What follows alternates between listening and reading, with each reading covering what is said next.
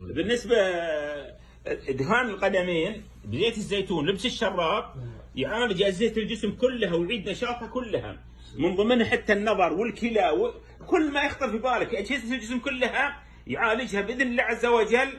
واللي يلبس نظارة بإذن الله من 6 شهور إلى سنة، يا إنه يخفف الرقبة لو كان مثلا يقول أنا ألبس 2.5 أو 3.5، يا إنه يحول إلى 2 أو يحول إلى 1.5، أو إنه يستغني عن النظارة حتى يجد نفسه يتفاجأ شلون قمت اقرا بدون نظاره، يتفاجئ كذا كيف اقرا بالنظاره؟ انا كنت اقرا في المسجد بالنظاره وبعدين الحمد لله تركته ولله الحمد بفضل الله عز وجل.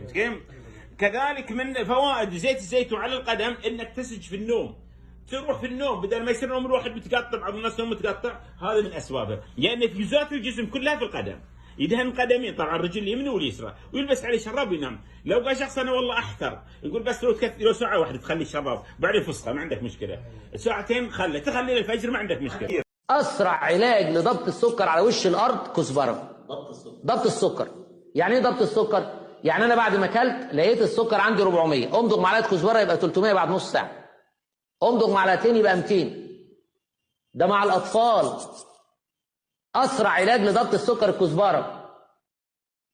يبقى انا لو عايز اضبط سكر قدامي 3 حاجات. بصلايه دي قد حقنه انسولين 100 وحده بصلايه برو انسولين. يفضل انها تبقى نص سوا في ميه، نص سوا في ميه او نيه او اضربها في خلاط او مبشوره، ممكن تتاكل عادي.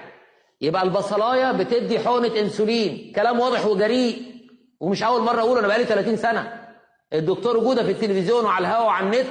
انا واخد مكافاه من اداره الشبكات من سنه 2002، بعت له 550 جنيه. والله العظيم ده نسب، العلم ده ثقه. مش كل واحد يالف لك تركيبه. الدكتور جوده بيشتغل على حاجه ما بيتكلمش الا اذا جرب.